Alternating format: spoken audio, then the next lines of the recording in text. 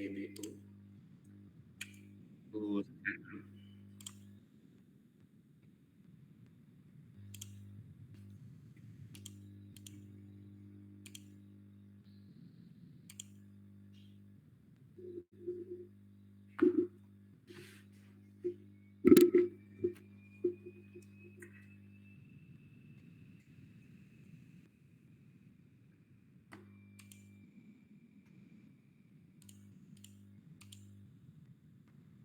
Jadi di sini aku pakai compiler dari online juga seperti kemarin, soalnya Visual Studio terus tiba-tiba error. Oke, pada hari ini kita akan belajar yang pertama adalah inheritance. Jadi inheritance, nah untuk penjelasannya ya, inheritance sebagai salah satu dari 4 pilar OP. Terdapat 4 pilar OP yaitu inheritance, enkapsulasi, abstraksi, dan polymorphism. Nah, untuk saat ini kita akan belajar untuk inheritance terlebih dahulu. Nah, apa itu inheritance? Merupakan metode dalam mewariskan sebuah kelas. Nah, jadi dalam inheritance itu ada yang namanya parent atau si pemberi warisan atau yang menurunkan warisannya itu disebut parent. Nah, lalu untuk yang penerima dari warisannya itu disebut dengan child. Nah, jadi parent untuk yang mewarisi dan child untuk yang menerima. Nah, yang di sini ada contoh ya, guys.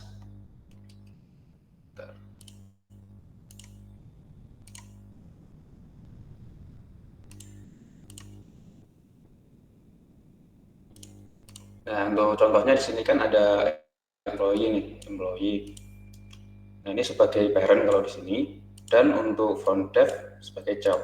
Nah, jadi untuk employee ini dia itu sebagai kelas utama ya, karena dia employee kan general. Di pekerja itu ada banyak jenisnya, jadi umum. Nah, sedangkan untuk front end dev ini kan spesifik. Nah, tapi dia masih termasuk employee atau pekerja. Nah, jadi kita bisa menggunakan si employee ini ke dalam front dev. Nah, sebentar. Admit dulu. Oh, udah.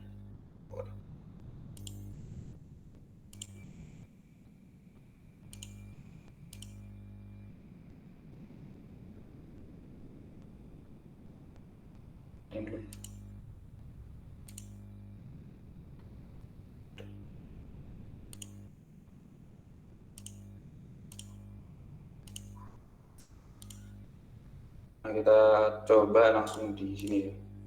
Nah, contoh kita nanti menggunakan animal ya. Class. Kan kalau yang di sini tadi kan employee. Nah, kalau di sini kita coba untuk class animal.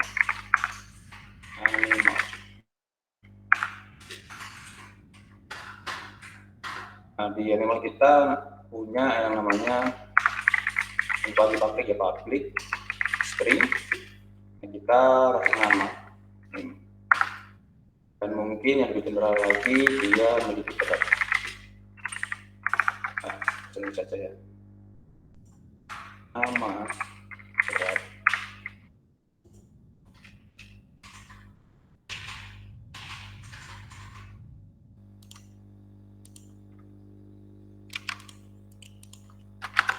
Nah, jadi ini ada animal. Lalu kita bisa membuat class baru. Namanya mungkin bikin bracket. Nah, untuk inheritance ini kita menggunakan titik dual ya. Untuk menggunakan fungsi inheritance ini, kita tuliskan animal. Get animal.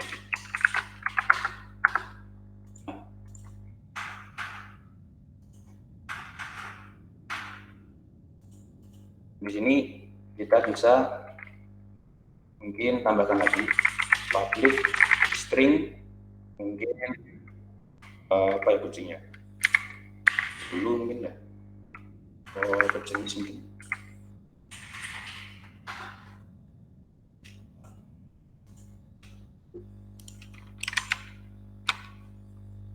Nah, kalau di sini kan dia, kalau employee ini kan contohnya tadi dia aktif. Nah, karena pekerja tadi kan pasti punya dua sisi, yaitu aktif atau tidak aktif. Nah, kita tuliskan ini untuk yang general. Untuk employee-nya mungkin sebagai ini cat di sini untuk employee, ini untuk yang untuk front desk yang cat, employee itu animal. Nah, di public ini kita tuliskan mungkin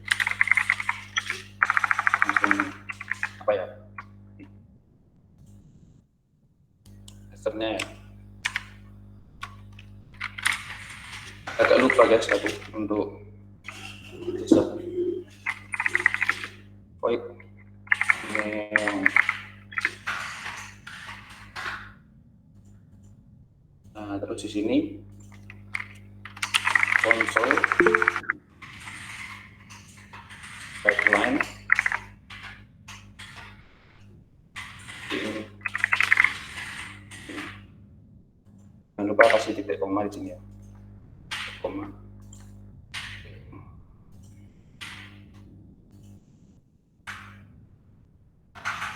Lalu di sini kita tuliskan kita panggil ya. Nah, untuk pemanggilannya ya contohnya di sini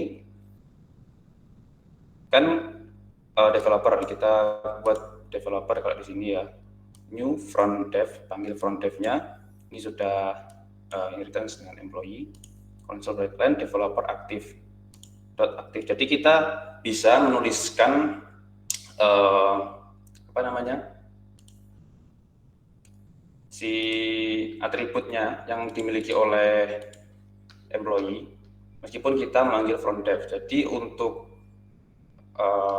atribut yang di sini itu dia bisa dipanggil di class front dev. Contohnya kan developer aktif. Nah, jadi kita bisa memanggil ini ya, public pool aktif ini ya. Nah, developer absennya juga kita bisa manggil juga di sini. Jadi meskipun tidak langsung manggil employee, kita bisa langsung memakai fungsi-fungsi yang ada pada employee. Nah, hal ini bermanfaat ya ketika kita membuat suatu atau banyak kelas. Contoh ini ada employee ini kan kerjaan banyak tuh, ada contoh mungkin front end, back end. Nah, kayak gitu kita nggak usah nulis ini berulang-ulang. Contoh kayak front end dev. Nah, kita nulis lagi aktif, terus lagi ada absen lagi metodenya ya. Nah, itu repot ya. Nah, jadi kita bisa gunakan inheritance ini seperti ini ya. Jadi kita hanya perlu menambahkan kelas-kelas yang spesifik dan juga metode yang spesifik. Atau kalau front end dia mengoding tampilan gitu ya, atau back end server atau kayak gitu-gitu. Nah, kita hanya perlu ngambil yang spesifik aja.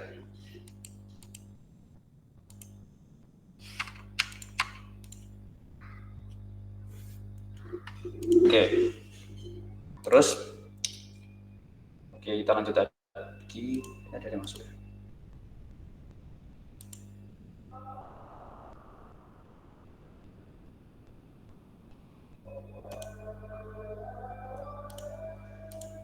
Nah, jadi di sini kita bahas mungkin apa ya?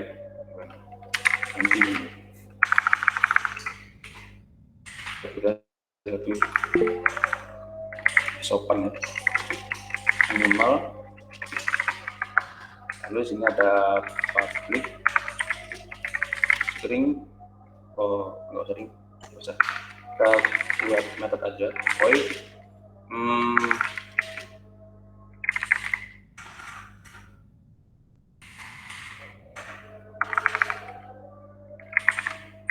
suara gitu aja deh, mengganggu panjang. Terus console dot write line. Nah, mungkin kita bisa coba ya manggil nama. Kalau kita buat konstruktor, nah ada namanya konstruktor ya. Konstruktor itu fungsinya nanti agar kita bisa masukkan parameter-parameter dari nama, berat, ya, kita bisa masukkan value-value-nya. Contoh di sini konstruktornya animal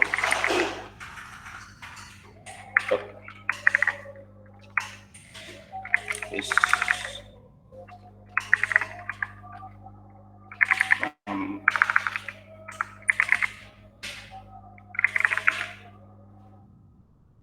terus di sini kita string nama, terus int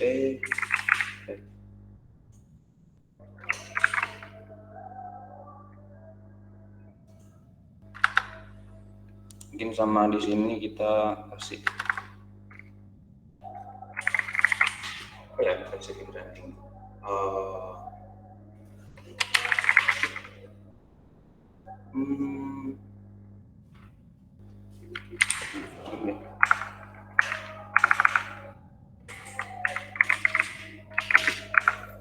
mungkin contohnya agak kurang bagus ya guys, tapi apa lah.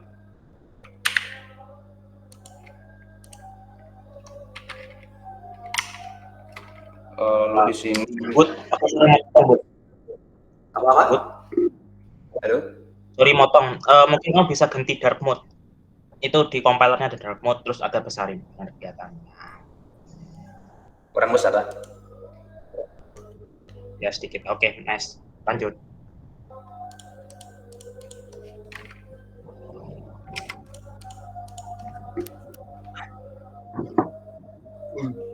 Oke, kita lanjut lagi ya.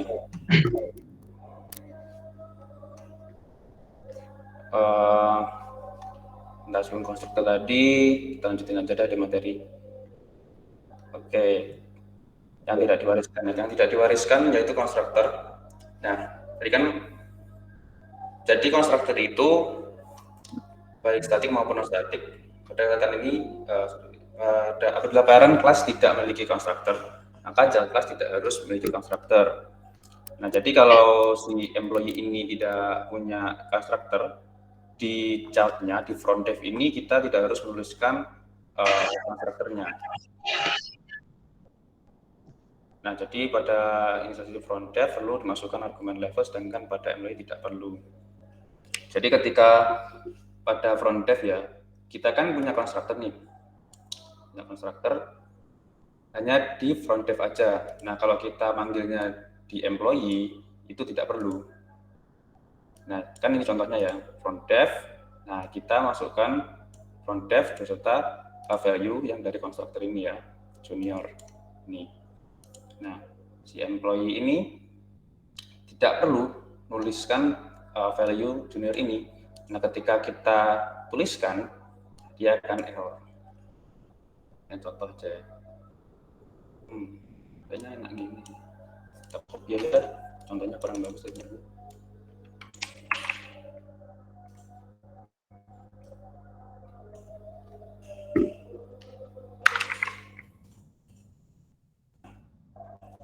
Kita contoh ya, panggil si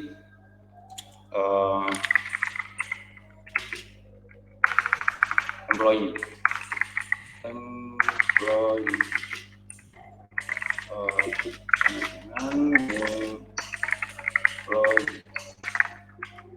nah, kita coba ya, coba kasih apa namanya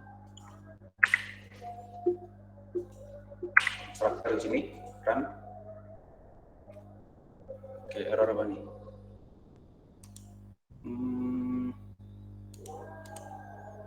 Record declaration apa nih?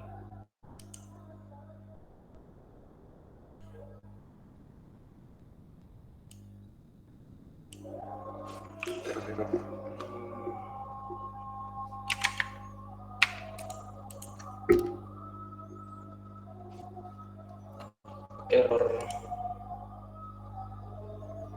forget token last record stock.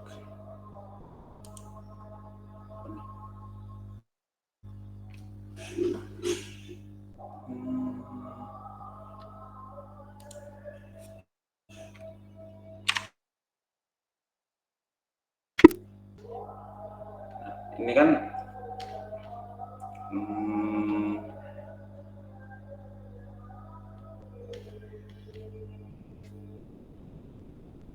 pokoknya ketika si employee ini tidak punya, kita tidak haruskan memasukkan value-nya ya, karena ketika kita masukkan value-nya dia akan error. Nah, kalau si employee ini punya konstruktor, jelas tidak perlu memiliki konstruktor apabila konstruktor parent tidak menerima parameter.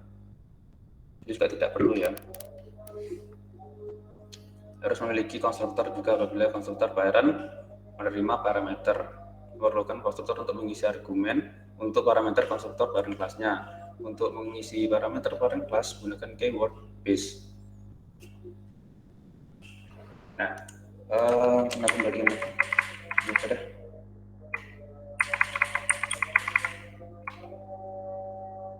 Sorry guys, masih ada. Kita lanjutkan dulu.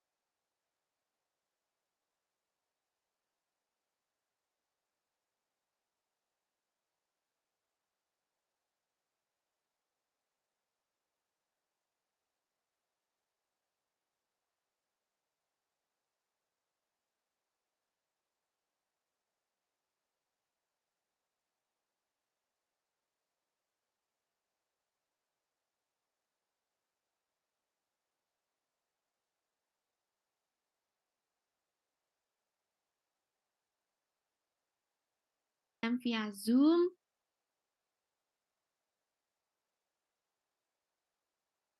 Mohon maaf sebelumnya karena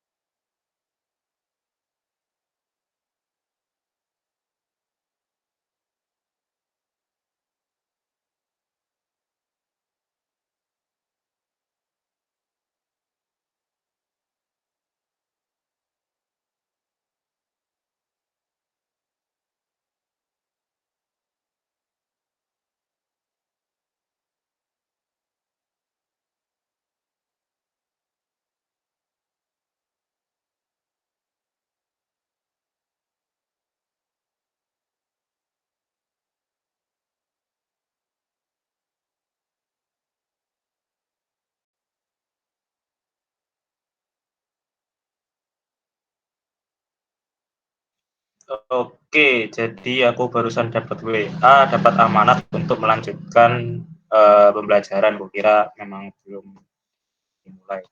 Oke, tadi terakhir tentang constructor base ya. Ntar ya aku share screen. Tapi sambil nunggu aku share screen ya, aku mau tanya dulu sama teman-teman, kira-kira konstruk. Ayo, mau aku tunjuk atau ada yang ingin berpendapat?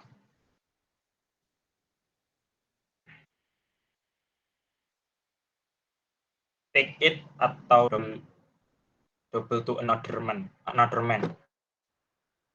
Ayo, apa itu konstruktor tadi sudah dijelaskan sama Bud ya.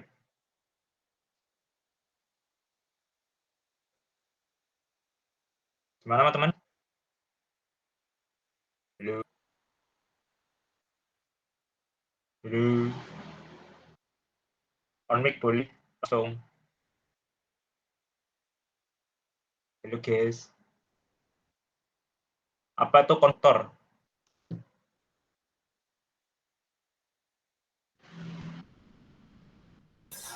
Mas, Tes. Suaraku masuk nggak?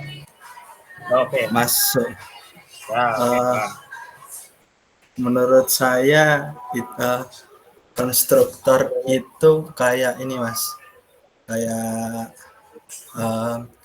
variabel yang nanti kalau misalkan dibuat untuk memanggil kelas yang nanti isinya itu sebuah parameter gitu Mas.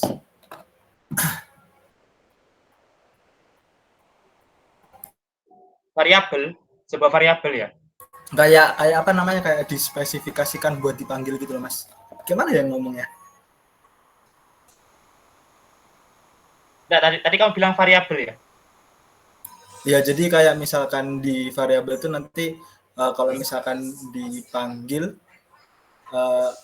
nanti langsung nggak perlu apa, kayak langsung ada defaultnya gitu loh Mas, nggak perlu masukin nggak perlu masukin ini lagi, nggak perlu masukin misalkan nama atau nggak, gimana sih ngomongnya, nggak perlu masukin isinya lagi gitu loh Mas, apa ya?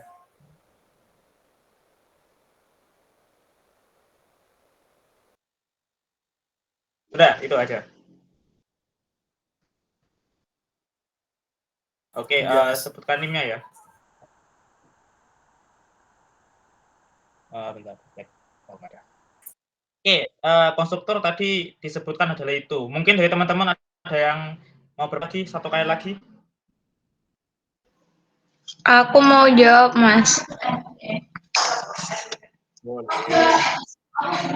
Kalau dari pengertian yang dijelasin tadi, konstruktor itu kayak semacam metode yang gunanya untuk menginisialisasi variabel yang akan dimiliki oleh objek. Jadi kayak yang dibilang Afif tadi itu dipanggil pada saat proses pembuatan kayak kelas jadi objek kayak gitu. Oke, udah itu aja? Iya, itu aja. Oke, tadi sebutkan NIM ya. Jadi Afif kayaknya belum masukkan NIM. Masih nulis, ngetik Mas. tak kasih ke orang lain. Kita double malah. Anjay. Astaga, nggak usah panjang-panjang juga dong ambil 2 NIM belakang, kecuali kalau angkatan yang ada apa? Ada teman dari angkatan atas mungkin enggak apa-apa kasih NIM lengkap. Kalau dua-dua langsung 4 digit terakhir. Oke, jadi benar yang disampaikan oleh Mbak Nabila terkait konstruktor ya. Tapi mungkin aku bakal lebih tepatin lagi ya. Jadi konstruktor itu adalah sebuah metode. Ingat ya, sebuah metode, bukan variabel. Ya, sebuah metode yang mana metode itu adalah metode yang auto berjalan atau kalau bisa dibilang auto dipanggil ketika sebuah kelas diinstansiasikan menjadi sebuah objek. Oke? Nah, kegunaan konstruktor itu salah satunya yang dari kata Mbak Nabila itu ya, salah satunya untuk memberikan sebuah nilai kepada properti-properti yang memang pada saat itu belum memiliki nilai. Jadi kan kalau sifatnya C# itu dia bisa ya untuk membuat variabel tanpa kita harus meng-assign sebuah nilai, yaitu operator assignment mungkin bisa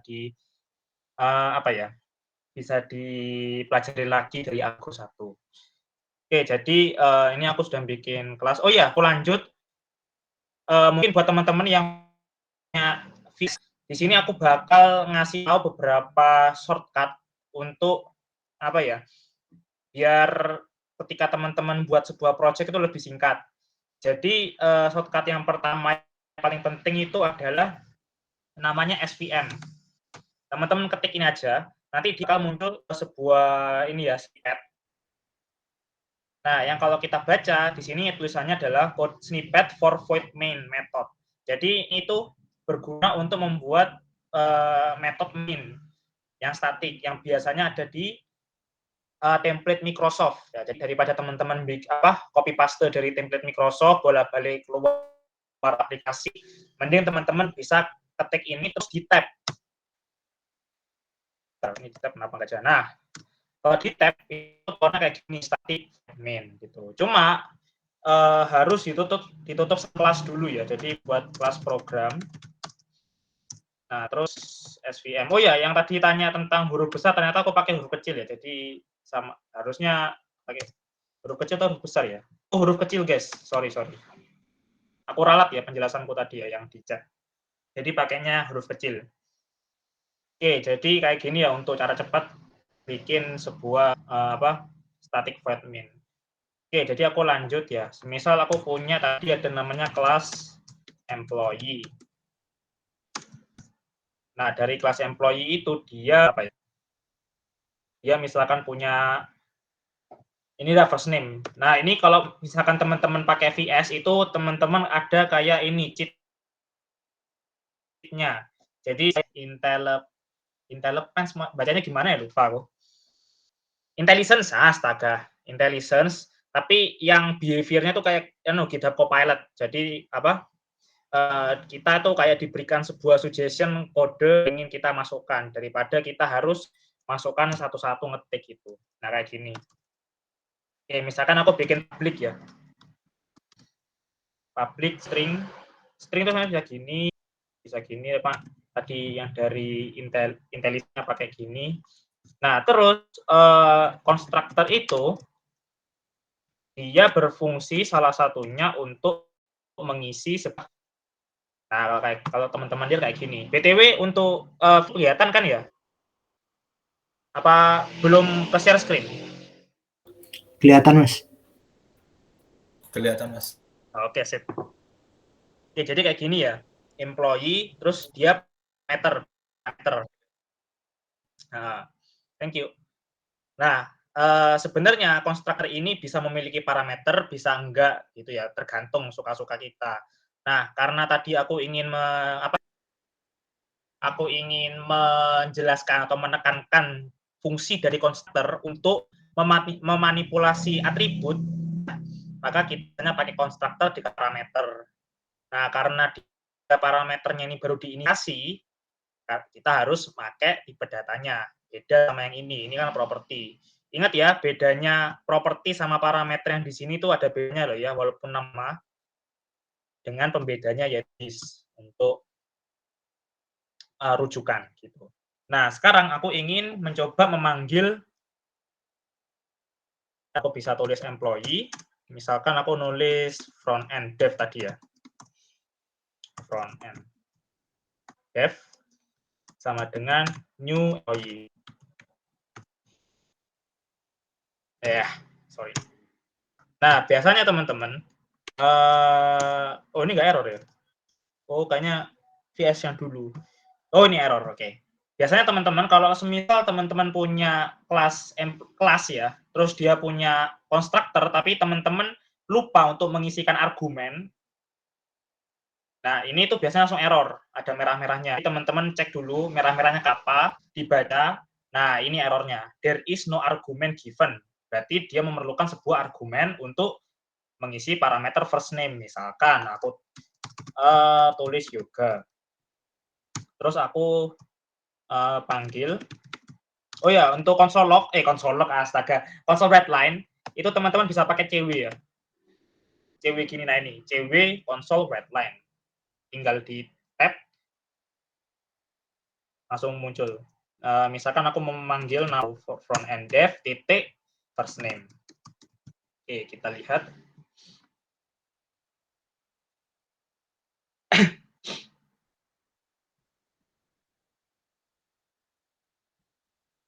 Bejir lama buildingnya.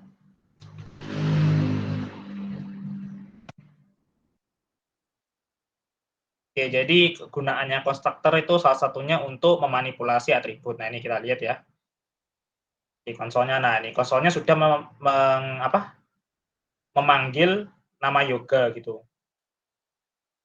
Nah, jadi tahu lagi konstruktor itu ketika kita membuat sebuah objek, objeknya namanya front end dev, dari cetakan employee, ketika dia dibikin, di belakang layar ini, dia langsung memanggil metode construct itu. Dia langsung memanggil tanpa kita harus nulis kayak gini. And dev constructor. Kita nggak usah nulis kayak gini. Itu. Jadi langsung dijalankan. Nah, kebetulan untuk logiknya dia ingin memanipulasi properti atribut supaya yang awalnya dia nilainya 0 atau nggak ada isinya, itu ada isinya. Isinya diisi dari mana? Isinya diisi dari si first name atau di parameter first name. Itu. Kira-kira untuk konstruktor ini ada yang mau tanyakan? Sebelum lanjut ini sebenarnya untuk materinya tinggal dari inheritance juga. Sama terakhir aku mau jelasin yang base. Gimana teman-teman? Ada yang mau ditanyakan? Di chat ada ya?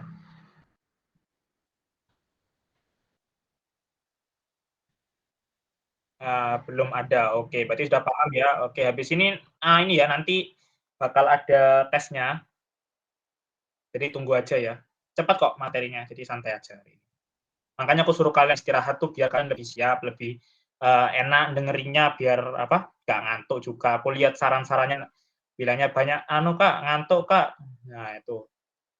Jadi kan karena jadwalnya kalian dari jam 3 sampai jam 6 itu kosong. Jadi pakai istirahat. Dah. Oke, lanjut ya. Nah, sekarang ada sebuah case di mana tadi kita sudah diajarin tentang yang namanya inheritance. Misalkan aku punya kelas ini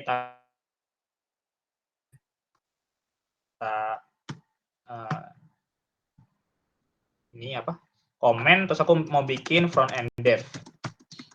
Nah, kalau extend kalau inheritance itu kita menggunakan titik 2, biasanya 2, yang kiri itu bootstrap class atau subclass ya. Sesuai di PPT kan bilangnya subclass sama kelas utama atau superclass ya kalau nggak salah ya, lupa. Tapi kalau biasanya kalau yang populer gitu ya kalau misalkan teman-teman sudah mulai masuk ke industri biasanya nyebutnya child class atau parent class gitu. Yang kiri ini child class, yang kanan itu parent class. Nah, parentnya rencananya aku mau ngambil employee. Jadi gini. Oke. Nah, sekarang ini apa errornya? Oh, enggak ada ya. Nah, sekarang permasalahannya itu adalah kita tahu bahwa employee ini dia memiliki sebuah metode constructor yang mana harus ketika dia dikaitkan. Kalau tadi kan kita ngisinya lewat pemanggilan objek ya. Sekarang bagaimana kalau kita diharuskan untuk mengisi metode konstruktornya, parameternya itu lewat kelas, lewat child class. Nah, itu ada caranya teman-teman. Caranya adalah sebentar. Sintaksnya yaitu namanya base ya. Jadi di base ini dia adalah cara untuk mengisi argumen, isi parameter yang ada di parent class-nya. Jadi seperti itu. Jadi sekarang kita lihat ya kodenya seperti apa. Nah, oke. Dapat. Jadi cara untuk mengisi parameter parameter metode konstruktor dalam kelas itu adalah kita harus bikin metode konstruktor dulu di child class-nya.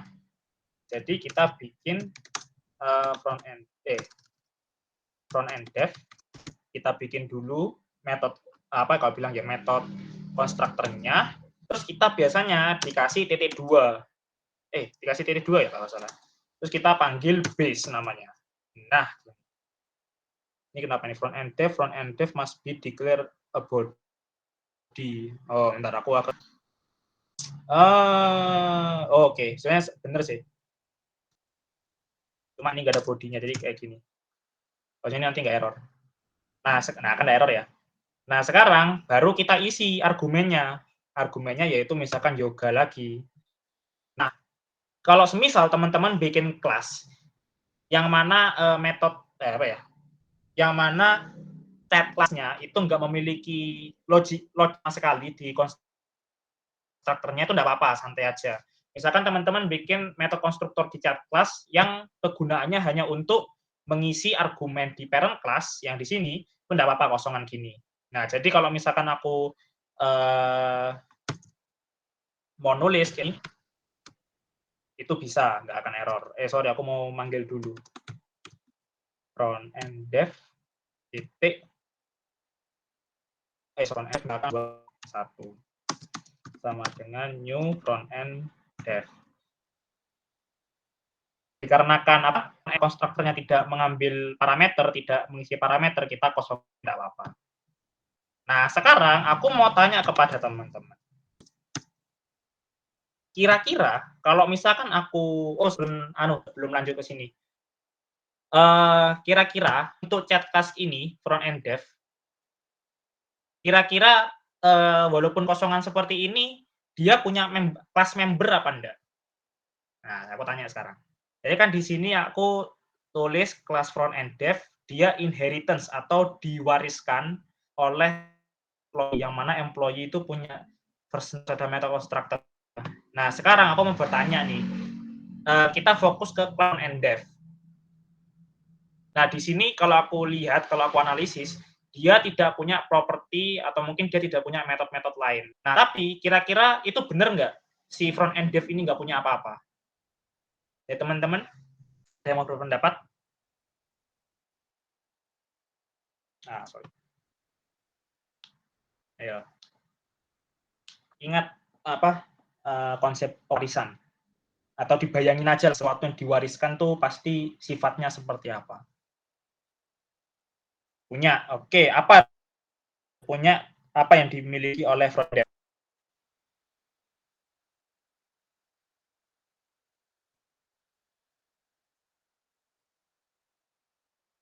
Ayo apa? Satria Belvanararia.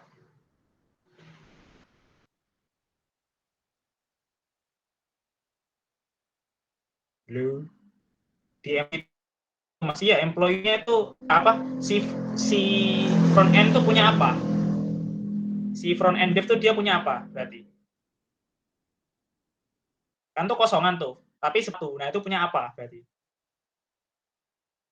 Apakah punya A, punya B, punya C, punya D, atau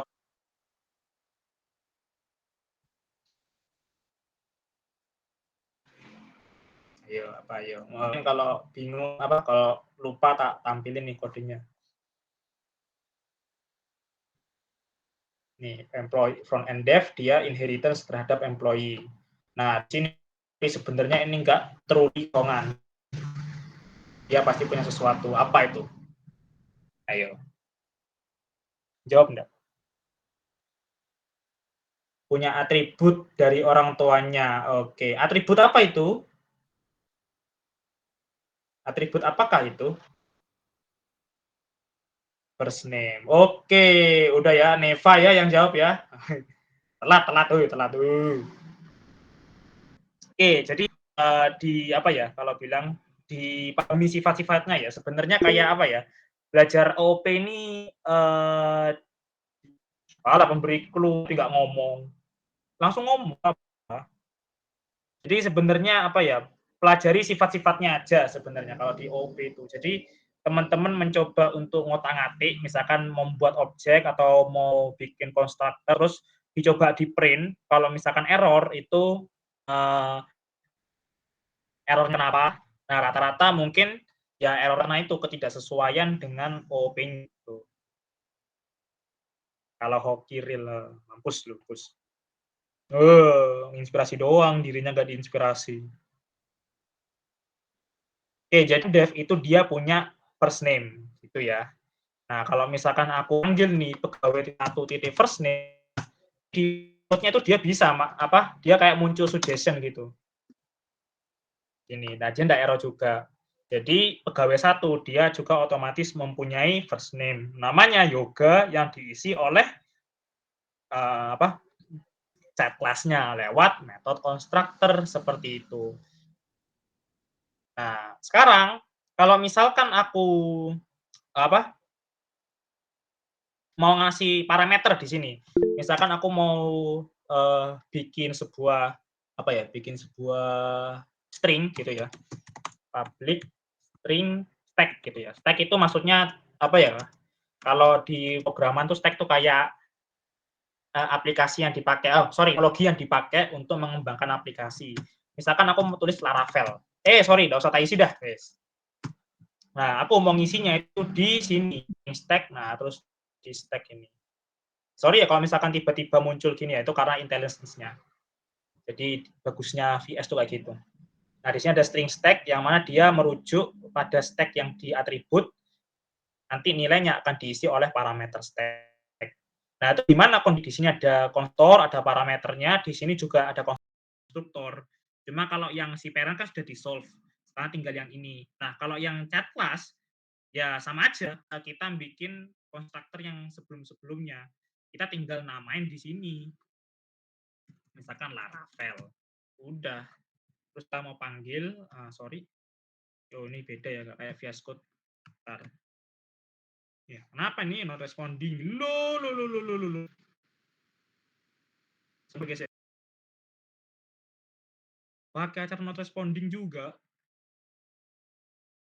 Woi, cancel woi. Alah. Sorry guys, bentar. Aku pakai compiler kalau nge-lag.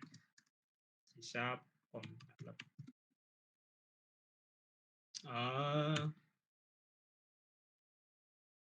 Oke, sudah nggak error ya.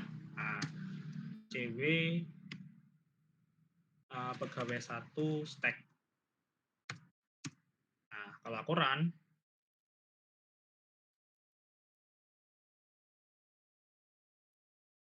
wah lama sekali.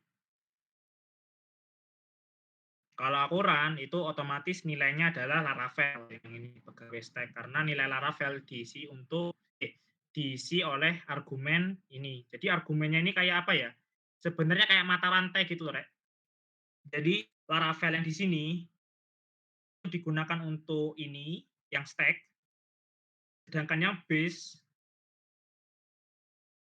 itu dipakai untuk yang di first name. Jadi kayak saling berhubungan gitu seperti itu. Ini kenapa lama kali? Ya udah seperti itulah ya. Pokok tahu outputnya. Oke, dari materi base ada yang ditanyakan Laravel, yoga Laravel. Nah, ada yang mau ditanyakan?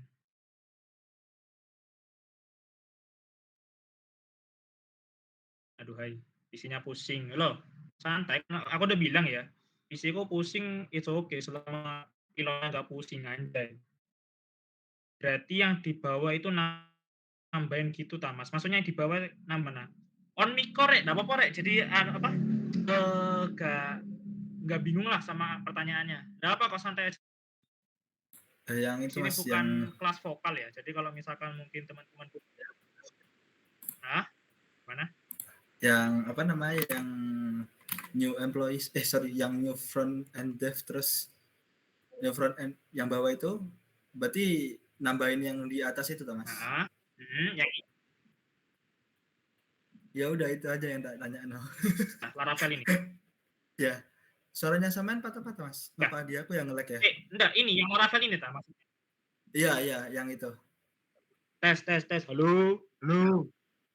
Ya, oke. Jadi Laravel ini itu mengisi yang string stack. Ini ya. Iya. Yang Laravel itu mengisi yang string stack gitu. Pokok intinya inilah, lihatkan dari objeknya yang dipanggil, kelasnya dipanggil. Jadi kalau front end dev, terus kalian isi argumen di front end dev, maka argumen ini udah pasti merujuk metode constructor si front end dev itu sendiri. Udah. Nah, base itu adalah sebuah cara untuk mengisi metode constructor atau parameter constructor di parent class-nya. Jadi seperti itu. Itu. Oke, Mas. Jadi kita nggak bisa tuh kalau misalkan misalkan ya lah, kita kembali lagi ke cara tadi. Misalkan aku nulis kayak gini, aku bikin constructor.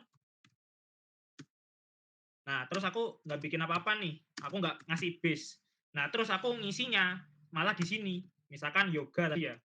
Yoga rencananya tak pakai untuk mengisi si first name. Nah, itu sudah nggak bisa.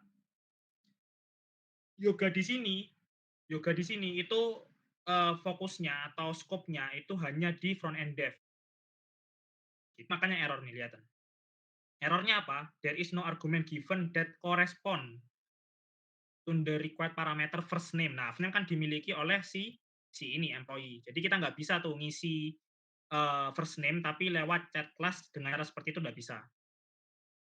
Harus pakai base, nggak mau.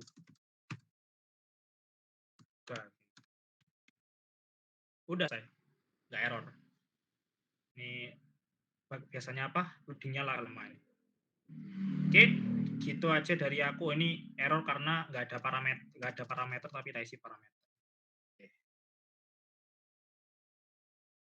Gimana, aman? Aman Mas. Oke, sip. Jadi teman-teman, sebelum aku lanjut, kebetulan materi yang berikutnya ini rada enteng ya, jadi bukan ngoding. Oh, enak. Oh, tapi sudah ada ini lah. Oh, enggak ada yang masih. Jadi teman-teman aman? Kalau aman kasih reaksi. Oh ya, mungkin ini ya, aku nggak bakal sebut nama. Aku ini mengarah ke anonim ya. Buat teman-teman ya, kalau misal merasa kecepatan atau merasa kurang paham, benar-benar kurang paham dan mau ditanyakan, langsung tanya aja, Rek. Itu. Jadi kemana aku lihat saran itu ya, bilangnya kecepatan. Nah, kalau kecepatan langsung bilangnya pas kelasnya selesai, eman. Maksudnya kalian sudah diberi fasilitas untuk kelas yang kelas lah anggapannya, walaupun online, tapi kalau kalian ada kritiknya malah taruh di pas kelas selesai kan eman ya.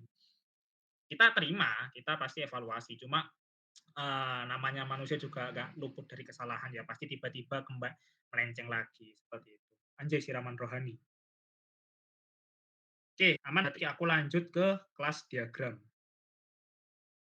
Nah, kelas diagram ini itu bukanlah sesuatu yang berkaitan dengan coding, tapi berkaitan banget dengan planning untuk membuat OOP. Nah, itu dia. Mas, boleh lihat kodenya lagi? Enggak boleh. Sabar. Nanti ada waktunya ya. Oke, jadi kelas diagram itu lebih menekankan di planning. Karena apa? Karena ketika kita ingin membuat sebuah program berbasis objek, itu rata-rata pada umumnya itu pasti memerlukan perencanaan. Jadi nggak langsung tiba-tiba dia buka laptop, langsung bikin codingan itu nggak, kecuali kalau misalkan sudah benar-benar paham tentang konsep bagaimana kelas bekerja, bagaimana untuk berkomunikasi, dan komunikasinya efisien, itu nggak apa-apa, terserah kalian. Tapi biasanya sebagai pemula, sebagai yang bukan manusia inti bumi, itu kita memerlukan sebuah desain untuk merencanakan OOP. Yaitu dengan apa? Dengan sesuatu yang disebut dengan kelas diagram. Nah, apa itu kelas diagram? Kelas diagram adalah sebuah diagram atau gambar dari susunan kelas yang ada pada kode OOP. Kegunaan kelas dapat digunakan sebagai dokumentasi atau spesifikasi ini ya. Yang ditekankan itu adalah dokumentasi dan spesifikasi. Jadi fungsinya tuh ya itu tadi untuk membuat sebuah planning. Jadi sebelum kita bikin program direncanakan dulu supaya apa? Supaya program kita tak amburadul. Jangan sampai kalian tiba-tiba langsung apa ya? Langsung pede bikin program tanpa perencanaan, ternyata pas di tengah jalan konsep OOP-nya atau konsep komunikasi OOP-nya itu nggak berjalan secara efisien. Terus kalian malah capek-capek harus merubah lagi dari awal tuh jangan sampai seperti itu. Harus benar-benar dicamkan lah terkait perencanaan. Sama kayak kalian kalau bikin database. Nah, kalau di basis data kemarin kan kalian pasti disuruh pakai data modeler ya untuk membuat sebuah diagram yang namanya apa hayo? Diagram basis data. Yang kalian buat disebut diagram ERD. Oke, betul. Oh ya, buat teman-teman yang ini ya, yang jawab NIM-nya kasih. Untuk Satria tadi belum belum ngasih NIM ya. Ya bisa masukkan NIM karena jawab ERD betul duluan. Terus untuk Neva sama Haikal nggak aku tambahin poinnya ya. Jadi gantian biar teman-teman dapat juga poin tambahan. Terus ada Bang Akmal bisa ini share NIM. Rek mulut rek. Astaga. Tangan kantin. Oke. Jadi itu ya. Nah, sekarang ini kenapa? Unable to render rich display. Lah. Error KB. Benar. Refresh.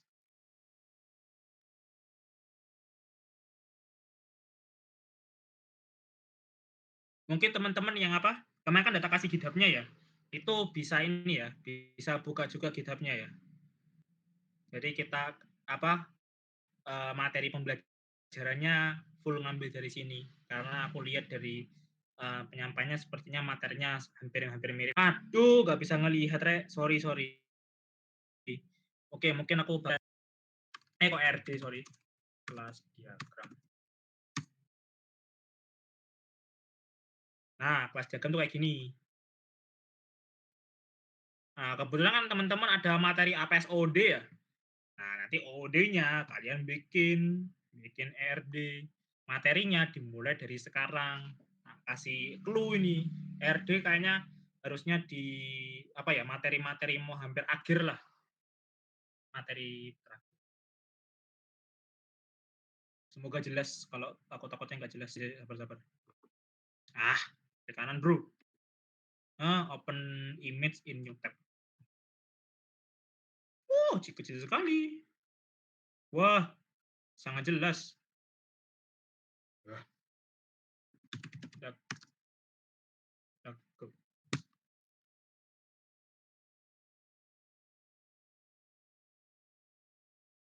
Ntar ya guys ya. Mungkin teman-teman yang buka GitHub-nya itu ada ininya enggak? Ada gambarnya enggak? Atau memang ini? Atau memang nggak bisa? Soalnya dulu bisa nih, aku tak pakai buat ngajar di kelas sebelumnya. Nggak tahu nih sekarang kenapa ini kok nggak bisa. Mungkin aku sambil nunggu Dakdagoku jalan, aku bakal jelasin dulu lanjutannya. Jadi pas dia ada banyak sekali tools-nya, bisa pakai ini Paradigm online berarti ya. Creately online web browser itu gratis, Yip graph editor gratis download. Terus ada EA. Kebetulan kalau nggak salah APSOD kalian pakai EA ya, atau pakai tools lain nggak tahu lah ya. Nanti kalian ikutin sama teman-teman asprak yang lain buat materi APSOD-nya. Pokok ini adalah tools untuk bikin class diagram. Nah, terus ada namanya visibility. Nah, tadi kalau kita lihat di codingannya, nih buat tadi yang nanya codingan nih, kita lihatin lagi. Nah, kita tuh mesti diketemukan dengan sesuatu yang berulang-ulang ya, yaitu adalah public. Tuh. Nah, ada penjelasannya terkait public itu apa. Sebenarnya ini adalah sesuatu ya yang disebut dengan enkapsulasi. Nah, ini mungkin materinya nanti ya. Kalau di GitHub itu materinya nanti. Nih, encapsulation. Jadi itu merupakan salah satu 4 pilar PBO atau OP. Kalau aku mau kasih dongeng sebentar, publik atau yang biasanya dilambangkan dengan tanda itu menunjukkan bahwa metode dan atribut itu bisa oleh siapapun. Ya, siapapun ini maksudnya adalah semua objek yang mau pakai itu semua function dan metodenya, semua metode dan atributnya itu bisa diakses oleh siapa saja. Oke, namanya public. Kalau private, kalau protected, aku protected dulu baru private ya. Nah, kalau itu atau yang ditandai dengan pagar itu adalah sebuah visibility yang mana metode sama atribut itu hanya bisa diakses oleh kelas itu sendiri, kelas yang punya, sama kelas yang terinheritance dengan kelasnya itu. Jadi kalau tadi ya, misalkan aku nulis sorry. Misalkan aku nulis kayak gini, employee sama front end dev. Nah, terus aku nulis protected. Nah, otomatis first name ini itu hanya bisa diakses. Diakses itu maksudnya kayak apa? Salah satunya ya kayak tadi nih, kayak kita mau manipulasi string atau misalkan kita mau manggil first name-nya di kelas lain, itu maksudnya seperti itu, maksud di akses. Kalau protected berarti si first name-nya ini hanya bisa diakses oleh kelas employee sama kelas front end, itu aja. Kelas lain yang tidak berkaitan dengan employee itu nggak bisa ngakses, ya itu aja. Nah, kalau private, isi first name itu hanya bisa diakses oleh dirinya sendiri. Nah, paling kelihatan tuh kayak gini. Misalnya terus private ya. Nah, terus aku nulis di sini first name. Nah, ini kita bisa lihat ya, ini kan. Kita bisa lihat di sini, sorry. First name-nya itu merah. Nah, ini kita lihat ya errornya. Represents text as sorry. Employee first name is inaccessible due to its protection level. Nah, jadi dia tuh kayak lebih diamankan lagi. First name-nya ini tuh hanya bisa diakses oleh si employee tok. Ini bahkan anaknya tuh udah bisa ngakses. Nah, karena ada visibility, jadi PBU itu kenapa kok sering dipakai terutama dalam pembuatan project itu salah satunya adalah keamanan data. Jadi kalau kita punya sebuah atribut, terus kita punya nilai yang sifatnya potensial itu harusnya ya biasanya itu tidak boleh langsung dikasih publik antar si protected code biasanya itu demi keamanan data sebenarnya. Jadi kenapa kok lebih OP itu karena ada visibility-nya. Nah, visibility-nya itu tiap keyword-nya itu punya lambangnya plus public, min private, group protected. Kalau ini ada internal. Nah, kalau internal ini sebenarnya jarang dipakai sebenarnya. Cuma kalau internal itu lebih ke arah lebih ke arah visibility yang hanya bisa diakses di static void gitu ya. Jadi kayak metode static ketika kita deklarasi sama itu mungkin aku agak sulit yang jelaskannya. Tapi biasanya yang dipakai itu kayak gini. Yang dipakai itu hanya 3 biasanya, sering. Paling gitu. Oke, mungkin ini sudah jalan ya. Oke, aku tulis kelas diagram. Sambil aku mencari contoh kelas diagram, kayaknya teman-teman ada yang mau enggak tentang visibility. Jadi mungkin aku selalu buka ya dengan Q&A setelah habis menjelaskan section tiap sectionnya Q&A biar kalau teman-teman pada saat itu juga ada yang bingung langsung bertanya. Gimana? Ada yang mau tanyakan untuk Saya Mas mau tanya. Kalau semisal yang di protected itu atribut pada child class-nya ya Mas, itu parent class-nya bisa ngakses nggak? Oke, kita lihat ya. Nah, tapi sebenarnya mungkin ini aku bakal nyoba ke teman-teman nih. Sebenarnya ini bisa dilogikakan sebelum aku menjelaskan lebih lanjut. Berarti tadi maksudnya itu kayak gini ya. Protected kayak gini terus bisa diakses di employee gitu ya maksudnya ya. Aku bakal ngajak teman-teman berlogika. Ini aku dulu. konsep pewarisan yang bisa dibayangkan lewat hari-hari. Kira-kira misalkan nih, misalkan kalian adalah seorang ibu yang yang pada awalnya ibu itu memiliki hidung yang memiliki tangan 2 misalkan nih, tangan 2, oke? Terus tiba-tiba mengandung seorang anak, anaknya itu tangannya tangannya 20. Kira-kira si ibu kalau anaknya sudah lahir, tangannya ibu itu bakal menjadi 20 atau tetap 2?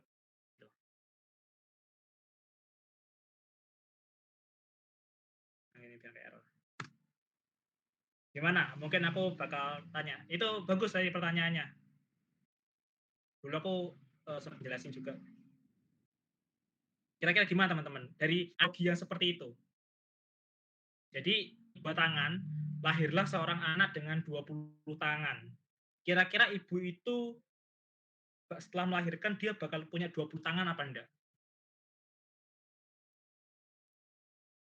Ada jawaban enggak? Tetap 2, oke. Tetap 2. Benar ya, tetap 2 ya? Oke, kita cek ya. Kita cek. Buat testing. Berarti, ini aku nggak usah pakai main constructor ya. Aku bikin employee, objek employee, pegawai, employee. Nah, sekarang kita lihat. Aku mau cewek. Pegawai, titik, apa tadi namanya? Stack ya? Stack.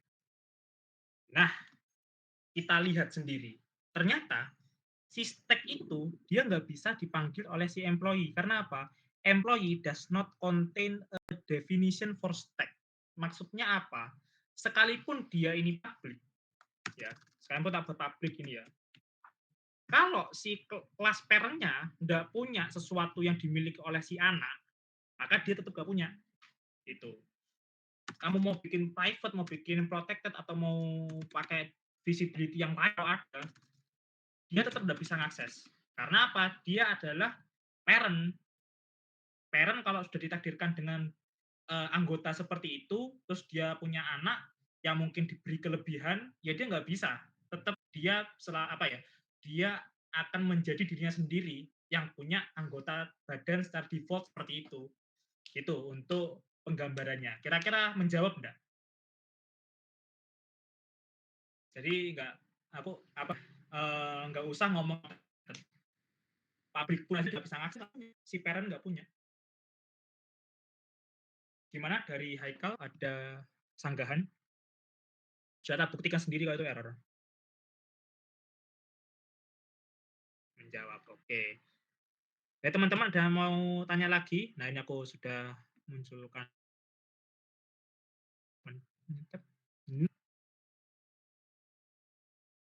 Duh, kok nggak jelas? Itu di atas segmentanya. Oh, kenapa nggak bilang? Mana nih? Kalau aku lagi share screen, bisa lihat Meet, terus kalian mau tanya, kalian langsung aja, on mic apa-apa. Soalnya aku nggak bisa ini, nggak ada yang monitoring. Mas, saya masih bingung terkait visibility itu bisa langsung ditulis pakai lambang plus minus atau gimana? Oke, jadi bisa langsung ditulis kayak gitu plus minus asalkan sesuai dengan representasinya. Jadi kalau kamu ingin membuat sebuah atribut publik, ya udah diagrammu si atribut itu plus, udah gitu aja. Memang bakal langsung ditulis karena dia punya artinya sendiri-sendiri tiap simbol gitu. Jadi minus ini tuh nggak mungkin dia berarti public, itu nggak mungkin. Nah, kita dapat lihat di sini. Mungkin aku bakal cari yang all size yang paling gede ya, biar kalian nggak lost vision loss. Nah ini. Harusnya ada yang method sih. Open image ini. Oke, jadi tadi untuk Mbak Eva. Mbak kan ya? Takutnya aku salah ini, salah oh gitu, makasih Mas ya. Jadi anggapannya karena dia planning ya, kamu bayangin sendiri aja, kira-kira ini mau public atau protected. Kalau misalkan public ya dia otomatis pakai plus. Nah ini kita dapat lihat ya, kelas diagram itu contohnya kayak gini, dan di sini tuh dia punya relasi-relasinya. Nah, cuma untuk detail relasi sebenarnya itu ada banyak, nggak cuma tanda panah, ada yang modelannya kayak gini, ada titik-titik garis-garis, ada yang enggak. Nah itu bakal diajarin di APSOD. Kayaknya ini kurang jelas deh. Aku kasih yang ini aja dulu. Atau yang mana? Yang ada metodenya lah. Ini kayaknya. Oh ini ada metode. Sorry jelas ya. Tambah tidak jelas lagi dong kalau kira-kira di sini jelas nggak gambarnya ya? Walaupun aku zoomnya cuma sedikit. Soalnya kalau aku zoom lagi pecah nih. Jelas tidak untuk ininya? Astaga. Untuk gambarnya. Jelas ya? Oke. Mungkin aku langsung mulai aja ya. Jadi di sini si kotak besar ini itu adalah kelas. Kelas. Kalau kalian membayangkan di codingan ini adalah kelasnya. Yang mana dia punya kelas member. Di sini terbagi menjadi 2 baris. Baris pertama yang di atas dan seluruh komponen-komponen itu adalah tempat untuk meletakkan seluruh propertinya kita. Nah, ketika kita membuat sebuah properti, ketika kita mendefinisikan, itu ada banyak sih sebenarnya. Nah, salah satunya yang ini, yang digambar, ketika kita menuliskan sebuah properti, harus diawali dengan visibility. Di sini kalau harusnya yang aku analisis ya, kalau di monitorku ini dia nih plus, berarti dia Nah, kalau misalnya kalian mau bikin minus, si ID-nya ya kalian aja, ubah sendiri aja jadi min gitu. Nah, setelah visibility dilanjutkan dengan nama propertinya yaitu ID gitu. Lalu dilanjutkan dengan titik 2, berikutnya itu adalah tipe data. Nah, jadi ketika kita buat kelas diagram itu harus detail ya, sampai ke akar-akarnya yaitu tipe datanya itu harus didefinisikan. Jadi ada visibility, nama properti sama tipe data. Gini. Terus ini ada name, sifatnya public, dia adalah string. Gitu. Cara penulisannya harus seperti ini. Nah, terus kita lanjut ke bawah. Nih, untuk baris ke bawah, dia ini adalah tempat untuk meletakkan sebuah metodenya kita, semua metodenya kita. Ini ada collect money, ada open account, close account, dan sebagainya. Nah, itu kumpulan metodenya itu taruh di baris kedua. Nah, sama seperti property, harus diawali oleh visibility. Nah, sebenarnya ada yang kurang sih, ini kurang lengkap aja sih. Jadi, di sini kan diikuti nama, kalau teman-teman function-nya itu ada parameter, nah parameternya itu ditulis di dalam kurungnya, gitu. Nah, untuk penulisan parameternya itu harus didefinisikan juga sama tipe datanya. Jadi misalkan collect money, dia harus ngisi parameter money gitu ya, uang yang dikumpulkan. Uang itu kan integer biasanya, ya udah berarti in money gitu. Nah, terus di dalam sebuah function, dia pasti kalau teman-teman ingat ada yang namanya void sama kan ya. Nah, itu kalian bisa juga di PPT-nya dosen, ada juga tentang void non void. Kalau semisal teman-teman function-nya itu void atau tidak mereturn apapun, maka teman-teman bisa kosongin atau teman-teman bisa kasih titik 2 di akhir diikuti oleh void. Jadi plus collect money titik 2 void gitu. Bukan taruh di parameter ya, taruh di luarnya kalau void non void. Nah, tetapi kalau semisal function-nya itu mereturn, kan pasti return-nya harus jelas ya tipe datanya ya. Misalkan function ini dari seluruh logiknya dia akan mereturn integer. Nah, ini berarti jangan tulis void di sini, jangan tulis titik void, tulis titik 2 integer. Kalau nggak salah seperti itu, mari kita lihat contoh-contoh lainnya ya. Semoga contoh-contoh lainnya ada. Soalnya di sini tuh ada. Dan di sini tuh kayak apa ya? Ada ininya, ada contoh penulisannya. Nah, kayak gini nih. Nah, ini. Jadi untuk menuliskan oh ya ada akarnya ini. Nice. Untuk menuliskan metode dimiliki suatu kelas dituliskan pada baris ketiga. Jadi, oh ya, sorry guys, yang di atas tadi, yang tebel-tebel ini itu nama kelasnya, yaitu nama kelas worker, yang adalah si property, yang bawahnya lagi itu method. Nah, untuk menuliskan method itu ada kayak gini ya, visibility, nama method, ini cara pertama. Terus parameter titik 2 tipe data, kalau di model kayak gini bisa, cara pertama, atau di model kayak gini. Kalau cara aku pakai money tadi ya, money titik 2 integer bisa, atau langsung integer money juga bisa, boleh. Terus di akhirnya kasih titik 2 lagi, diberikan return. Kalau void ya tuliskan void, kalau integer tuliskan in gitu aja. Nah, kita bisa lihat di sini ya, ada kelas kendaraan sama kelas matematika. Nah, berarti di tabel pertama, di baris pertama diisi oleh kendaraan, kata-katanya yang tebel tadi. Terus dia punya, dia kebetulan nggak ada atribut ya. Jadi kalau atributnya nggak ada atau metodenya nggak ada, kosongin aja nggak apa-apa, santai. Terus lanjut ke baris ketiga, itu ada metode gas, dia public, berarti tulis saja plus gas, dalam kurung, kosongan, titik 2, void. Kayak gini. Udah, ini bodinya nggak usah. Jadi fokusnya kita tuh hanya di kandangnya aja, atau yang apa ya, di luar kurung lah. Kalau ini kan di dalam kurung sebenarnya. Jadi nggak usah diisi ini, biarkan aja. Nah, kalau yang kelas matematika, ini berarti tabel pertama matematika, terus karena tadi nggak ada variabel juga, berarti kosongin aja nih ya, buktinya. Terus dia punya metode penjumlahan, yang mana dia punya parameter integer angka 2, langsung copy aja boleh. Terus keduanya harus integer karena sesuaikan dengan ini, sesuaikan dengan si codingannya. Tapi sebenarnya kalau ini sih ini ya apa? Kenapa kok apa ya beda alurnya ya? Jadi kalau yang versi PBO ini kita tuh lebih ditekankan untuk menganalisis bentuk kelas diagram dari codingan yang dimiliki gitu. Tapi sebenarnya kalau kalian nanti sudah masuk APSOD itu kalian bikin ininya dulu, bikin kelas diagramnya dulu baru bikin codingannya seperti itu. Jadi ini memang kebalik ya, tapi secara alur bikin kelas diagram baru bikin OP codingannya.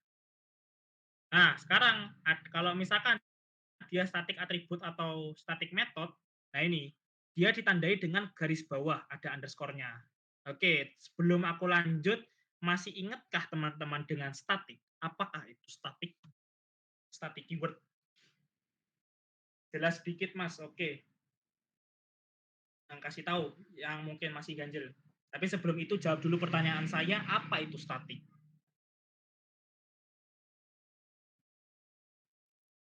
Apa? Ayo.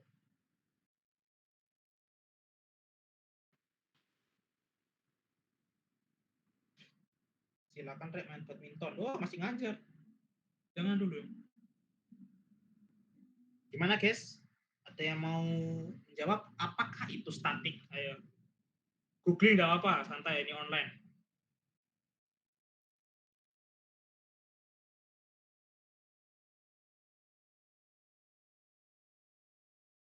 Ya guys, apa guys?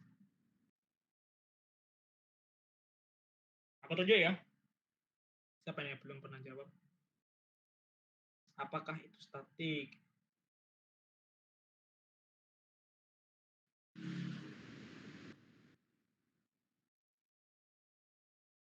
Andri Puspita Dewi, apakah ada orangnya di sini? Halo? Andri Puspita Ada, Dewi. Mas. Oke, apakah itu statik?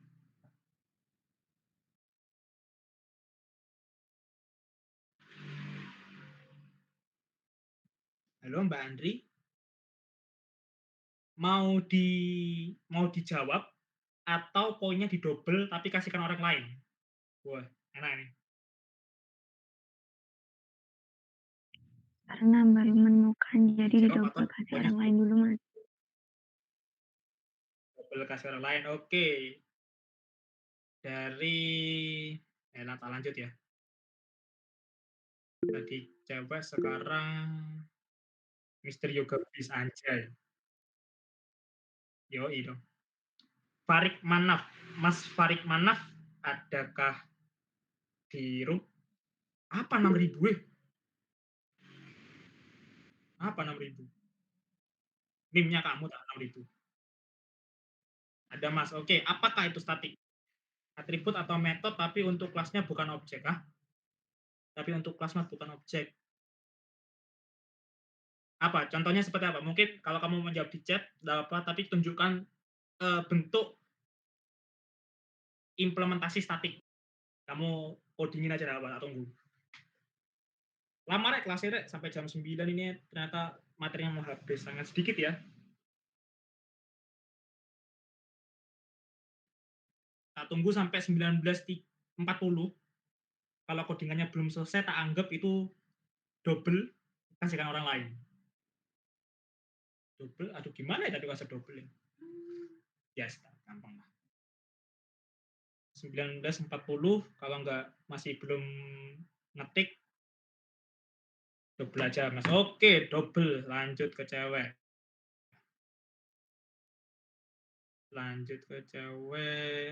Saya mau. Woi, mantul. Mau manggil padahal. Oke, gas. Apa itu? Statik. Jangan bilang saya mau doang aja tapi nggak jawab. Parah. Ayo. What is static keyword? Menambahkan keyword statik pada awal kelas. Oke. Terus implementasinya gimana? Kan udah cuma kasih pesan statik doang dong. Pasti ada implementasinya itu. Akhirnya harus ini semangat. Static class name. Nah, terus kalau misalkan mau dibikin objek gimana? Kalau misalkan dipakai di objek gimana cara anunya? Aksesnya.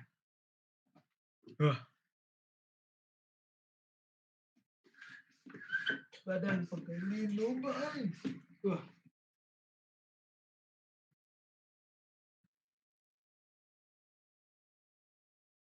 Gimana kalau yang di objeknya? Cara aksesnya. Itu kan mendefine statiknya. Kalau menggunakan statiknya gimana?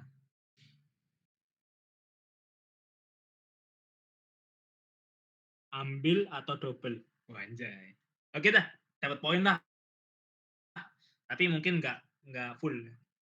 Soalnya masih belum yang penting. Gimana? Ambil atau double? Berarti tadi sudah 3 ya? Kasih orang lain nih. Sudah 3 ya berarti ya tadi ya? Ya. Oke, kasih yang lain. Tetap dapat ya. Jangan, saya juga mau setengahnya. Jawab. Kasih NIM ya. Oke. Ya iya, kamu dapat setengahnya. Kasih NIM-nya makanya. Oke, apa nih? Akhir nih.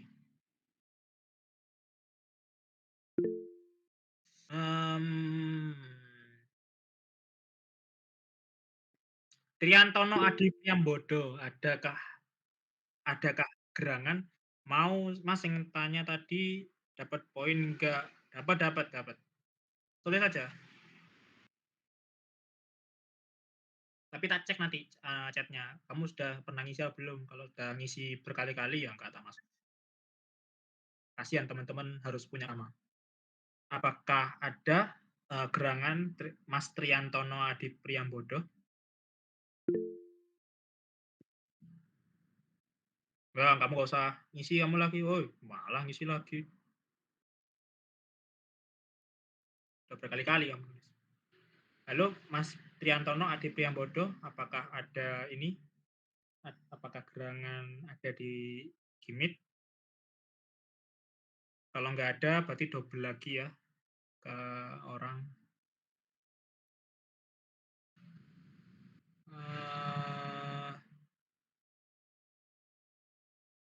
Siapa ya? Yovita Aderia. Apakah ada? Terakhir. Belum, Mas. Emang gas ini poinnya langsung gede. Oh, berarti belum ngerti ya? Statik ya. Oke, mungkin buat teman-teman aku apa itu Divo itu? Gas, tunjukkan pesonamu. Wah, Halo mas. enak banget. Halo, ayo Ini gimana? ini menjelaskan statis atau bikin objek di statis mas? Ya jelasin statik plus implementasinya gimana? Oke. Anjir ada perubahan suara. Jadi statis itu adalah Lagi. satu variabel yang mana bisa didefinisikan di dalam suatu kelas. Yang mana cara penulisannya itu adalah yang pertama ada akses modifiernya terlebih dahulu, misalnya public. Public kemudian ditulis, kita definisikan statis, public static. Kemudian kemudian kita bisa menuliskan void, lalu nama kelasnya, nama metodenya maksudnya. Jadi kurang lebih untuk sintaksnya public static void static method dalam kurung tutup kurung. Nah kemudian untuk implementasi membuat objek itu di dalam static bisa menggunakan new. Mungkin sebagai contohnya untuk sintaksnya adalah kita membuat objek my class di dalam metode statis, yaitu my class kemudian my object sama dengan new my class, seperti itu mas. Kemudian diisi kemudian objeknya itu diakses dengan kemudian menggunakan objeknya itu diakses menggunakan properti mas. Udah itu aja? Iya mas. Oke, udah ya. Oke. Jadi kurang 100%. Oke, tapi tidak apa, dapat setengahnya ya. Nah, tadi sebenarnya yang benar cuma di implementasi di kelasnya ya, pembuatan propertinya dan sebagainya, tapi implementasinya masih belum. Oke, aku ulangin lagi tentang statik. Misalkan aku hapus dulu ya. Class program SVM. Nah, aku bikin di atasnya ada kelas matematika. Nah, tadi ada yang menjawab bahwa statik diletakkan di kelas. Jawabannya kurang tepat. Statik diletakkan pada semua kelas member, bukan semua kelas member, pada kelas member. Nah, kalau aku bilang kelas member, berarti dia terdiri atas atribut dan metode. Kalau kita masukkan di atribut, kita bisa tulis kayak gini. Nah, ini benar ya. Public, static, string, nama. Misalkan aku langsung kasih aja nilainya yoga. Oke. Nah, tapi implementasinya kurang tepat. Kurang tepatnya itu apa? Kalau sudah ada statik, teman-teman nggak usah membuat objek. Kalau teman-teman mau mengakses sebuah class member yang statik, teman-teman misalkan aku mau CW aja ya di console write-line, tinggal panggil kelasnya saja. Kok salah, sorry. Panggil kelasnya saja, langsung titik, nama, sudah selesai, nggak ada nyunyuan. Nah, maksudnya itu apa? Statik itu adalah sebuah keyword yang membuat kita bisa mengakses kelas member tanpa kita harus membuat sebuah objek. Jadi kalau kita mau mengakses datanya, kita tinggal ambil cetakannya aja. Kita tinggal ambil cetakannya aja, nggak usah dibuat objek, terus kita pakai cetakan itu untuk mengakses. Seperti itulah statik. Kalau kita run, hasilnya apa? Sambil nunggu run, kira-kira ada yang mau ditanyakan tentang statik? Atau ada yang kurang jelas dari penjelasanku tadi? Oh ya, tadi yang siapa? Mas Divo. Oke, kita lihat ya di sini. Lama kali lah. Nah, dapatlah yoga. Tanpa kita harus membuat sebuah objek, misalkan pelajaran, new matematika, nggak usah. Karena yang namanya statik, kita bisa mengakses kelas membernya dengan menggunakan cetakan itu sendiri. Paham? Aman sebelum aku lanjut? Tinggal sedikit, Rek.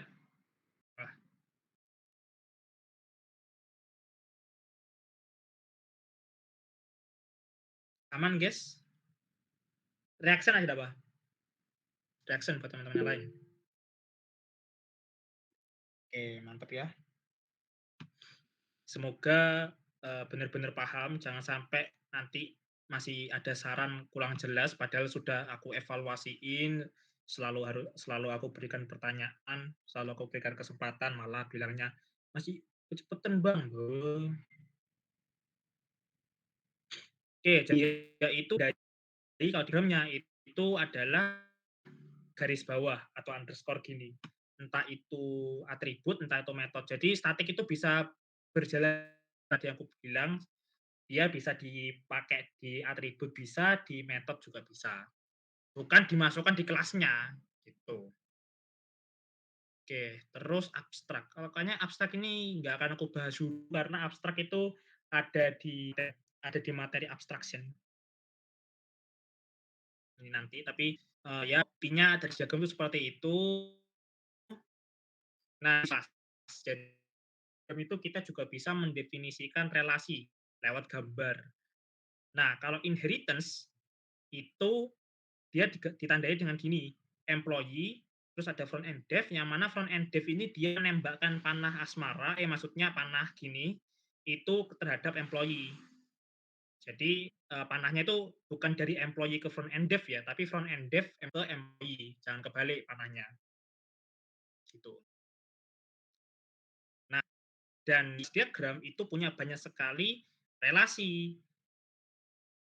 Salah satunya di sini ada inheritance, aggregation, association, dependency, dan realization. Nah, untuk penjelasan terkait seluruh relasi ini itu bakal dijelaskan di materi SOD juga. Jadi sebenarnya yang paling nanti buat teman-teman semisal teman-teman nanti bikin project OP atau ada tugas ya gitu ya, rata-rata masih fokusnya ke inheritance stock. Nah, kalau komposisi dan sebagainya itu biasanya dijelaskan di OOD. Mungkin kalau aku ingat-ingat lagi ya, semoga aku nggak lupa. Soalnya aku jarang bikin kelas diagram, mager karena sudah dibikinin framework. Jadi kalau yang aggregation sama ini ya, jadi yang di OOD itu nanti ada aggregation, association, sama dependency. Nah, kalau dependency itu, mungkin sebelum itu aku bakal jelasin kegunaan dari tiga-tiga ini tuh bakal dipakai di sesuatu yang disebut dengan MVC atau model controller. Cuma aku nggak bakal bahas ini. Cuma kalau misal kalian tanya, Mas, aggregation tuh dipakainya di mana, association tuh dipakainya di mana dan sebagainya, itu pokok dipakainya tuh di MVC nanti. Kalau kalian bikin program, bikin program berbasis MVC, pendekatan model view controller, nanti kalian akan menggunakan panah-panah ini. Kalau aku nggak salah, kalau misalkan aku salah ya bilang aja, bisa diralat. Aggregation ini tuh dia dari controller, ini controller ya, terhadap sebuah model. Nah, jadi ini MVC itu kan model view controller. Ini model, ini controller. Jadi kalau controller mau ngambil data dari database lewat model itu hubungannya aggregation. Atau composition ya, kayaknya aggregation deh. Ya, aggregation. Nah, kalau association itu antara controller dengan controller. Controller dengan controller atau view dengan controller ya? Ya, aku agak lupa. Kalau nggak salah controller dengan controller sih. Kalau misalkan controllernya sering berkaitan ya ini sih, controller dengan controller. Kalau dependency itu dari view ke controller. Kalau nggak salah. Kalau salah mohon maaf. Karena saya jarang menggunakan. Karena kalau kita sebagai programmer, nanti kalau teman-teman sudah mungkin mencoba atau mungkin ada teman freelance program, itu aku yakin mungkin dari kalian nggak bakal bikin diagram kayak gini. Jadi bikin ERD mungkin masih nyambung. Kalau kayak gini-gini mager kalian. Kan rata-rata paham kayak muncul sendirilah ide-idenya. Oke, mungkin dari kelas diagram relasi tadi ada yang mau ditanyakan. Dan ini ternyata materinya juga sudah selesai. Oke? Ada yang mau ditanyakan terkait relasi?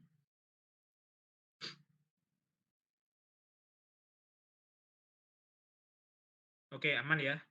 Nggak ada yang ditanyakan, tadi sudah ada reaction. Jadi karena sekarang materinya selesai, jadi sekarang teman-teman siapin jaringannya baik. Kita akan mulai dengan itu apa ya teman-teman? Apakah ujian?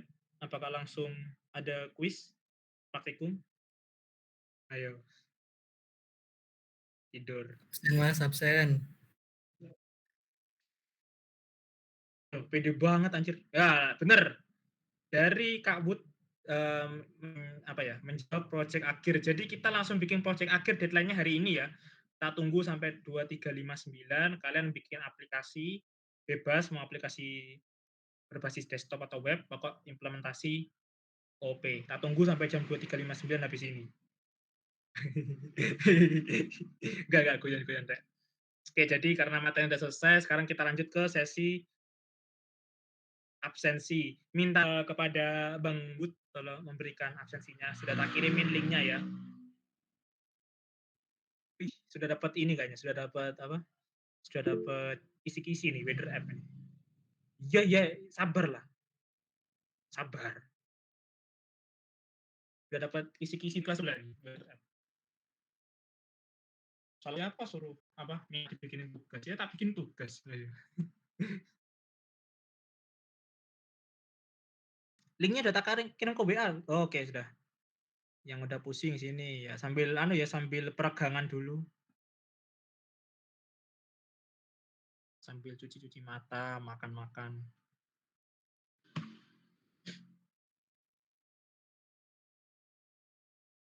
Sambil nunggu absensi, apakah ada yang mau ditanyakan lagi terkait materinya?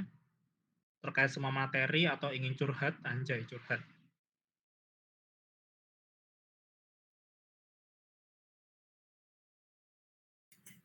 Aman berarti ya? Mas, Oh, apa itu? Ada yang Mas. tanya? Oke, apa? Kalau ada statik, mungkin ada dinamis, Mas. Gini, Mas. Tanya, kan ada yang namanya statis ya, Mas. Nah, kalau ada yang namanya statis, pasti ada yang namanya dinamis, Mas. Itu ada nggak sih, Mas? Nggak ada. Bener, Mas? Nggak ada. Bener, Mas. Nah, ini tak tulis ya, ini nih artinya ya. Ada sih, ya bagus sih, bahasanya bagus. Dinamis. Oh, ada deh. Ada. Cuma nggak pakai. Tapi kalau ini kenapa nih? Kita lihat. Represent text apa? Invalid token string record member declaration, apakah itu? Tidak pernah dipakai juga. Hah? Wow, do it protection level. Berarti dinamik ini kayak udah jadi mengunci dah. At runtime. Oh. Oke. Tapi cuma jadi dipakai aja. Makanya aku langsung bilang enggak soalnya kalian pusing ntar katanya statik aja masih implementasinya bingung. Oh, apa? Ada kelas A kan? Iya, kelas A. Kelas A kan ya? Iya, Bang, absennya kelas B mohon maaf ya. B soalnya. Tiba-tiba absennya B. Oh, makanya belum teko. Aku tipe. Absen ning nggonku. Oh iya, sorry tipe. Oke, ini sih. Absen mingguku. Oke, ini aja deh. Hah? Si. Perasaan aku nulis ini deh. Aku ngirim ke kamu tok deh. Emang aku ngirim ke lain?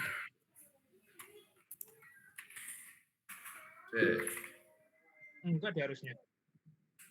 Buat baru tetap pakai ini masih sih ntar ya guys.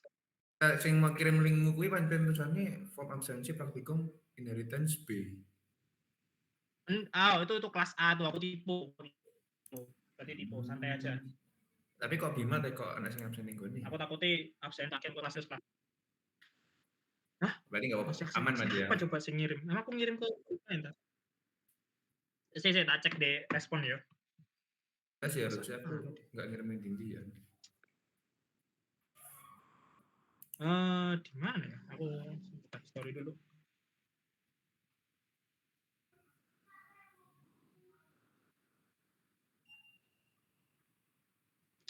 Sabar ya guys ya. Aku pasan ngirim ke kamu toh deh, nggak ada ngirim ke siapa-siapa. Oke. Oh iya, aku tipu tuh. Tipe. Tipe. Tapi di ininya apa? Di responnya 0 kok ini. Tadi sih. Kalau sekarang mungkin udah diisi ya.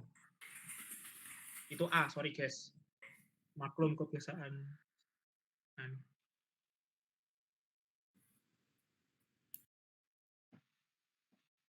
Guys, mau ditanyain?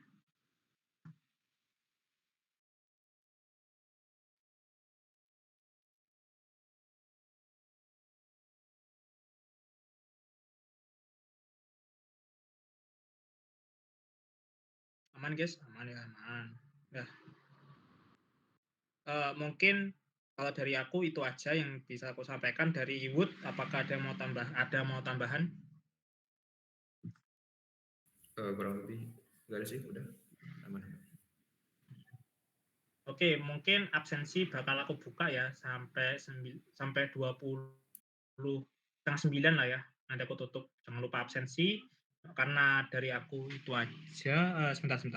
Oh ya, kan dari aku itu aja yang bisa aku sampaikan. Mohon maaf apabila mungkin dari kami, dari Kak Wood sama aku dalam penyampaian materi ada yang kurang berkenan, ada yang mungkin tersinggung. Mohon maaf yang sebesar-besarnya. Terima kasih atas perhatiannya di kelas ini.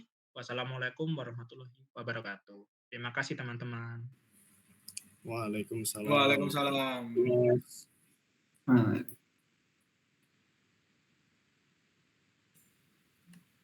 Yang udah pusing bisa leave guys.